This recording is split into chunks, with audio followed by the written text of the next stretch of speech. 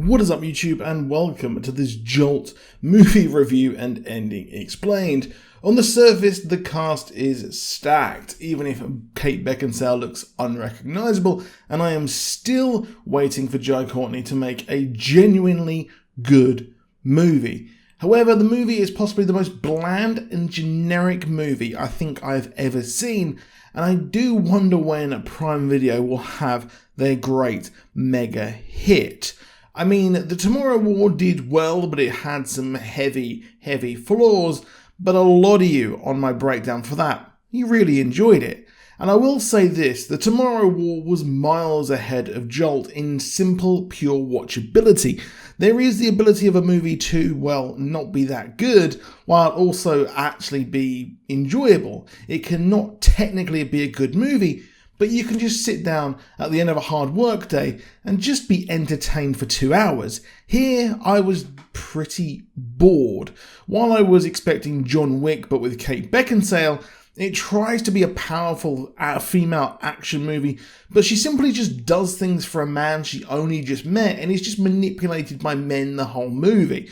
It was a cringy girl boss movie that was not progressive, and even Red Sparrow did better at portraying women in the action space a lot better. I mean, why not just make John Wick, but just swap the women over? You wouldn't see, of course, someone like Keanu Reeves, or back in the day, you had Die Hard. He wouldn't be manipulated by a woman. He would genuinely want to do things for his own kind of character progressiveness.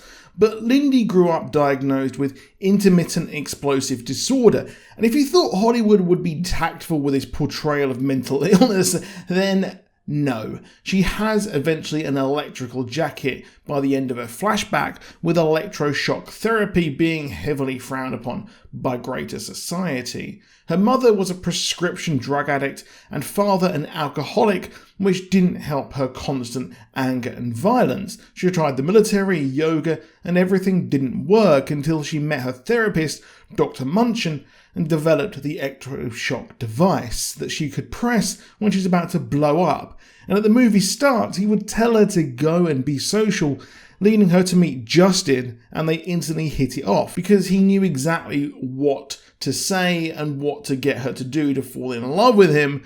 And well, it's incredibly creepy now that we had that sex scene. But Dr. Munchin was of course working, or at least funded by the CIA, so was doing a favour there and having some kind of real over-the-top exposure therapy for Lindy. After the disaster of the first date, they reach out again and would bone down, and she's suddenly in love as he's killed. She heads out to find who did it, but is pursued by the police, and it's rare for me that I hated a role that Bobby Cannavale was in, as she's suspected of murder and constantly escapes them. I found it really creepy he kept asking her for dinner and hitting on her, and it's just, I don't know why they decided to do that. It made the whole movie just really icky. And in the cringiest scene where Lindy walks into a Best Buy style shop, she will only ask for the best geek to actually get her help and break into Justin's phone to find any sort of information about him. But weirdly, for some reason, in the back room was a teenage girl with the biggest hacking setup you'd ever seen, who helps her learn that Justin was working for an arms dealer. And as payment, she gives the car over to her. And, well, she heads over to the arms dealer in a very cringy scene as well. She just walks through into a bare-knuckle fight and was like, hey, guys, why are you fighting? And I was just like, just why? It's just absolutely awful. And I don't think that Kate Beckinsale has the screen presence to pull that off. But it finds out that she, or at least he, was working for Fitzel, played by David Bradley. Now, she destroys each one of his lackeys, expecting to fight Fitzel, all angry, especially as she was captured and tortured, making her even angrier. But she finds him dead and sees Justin standing there, and it was Justin all along. Justin is, of course, a CIA agent and wanted to take out Fitzel as he's a rogue CIA asset, but over time he's become untouchable and thus he did need a proxy. Now, her doctor's research was funded by the CIA, and they set it all up, and Justin wanted it to be a simple tragic cover story of killing her boyfriend's killer before killing herself. Now, Justin is then trying to use the actual device and stepped in when she was captured, but for some reason she overpowers the device, which, yeah, convenient.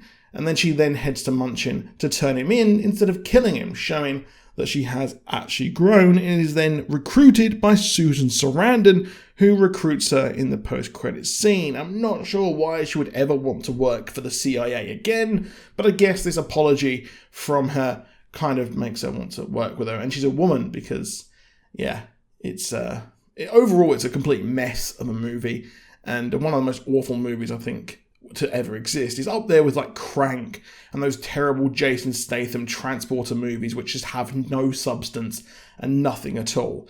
But I think at least Jason Statham has the screen presence there to kind of make something out of a terrible shit script. But in the post-credit scene, we see the hacker realise what she's got, and she has the McLaren.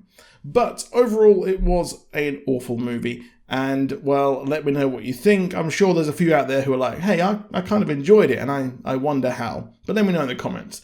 I'll see you soon, and goodbye.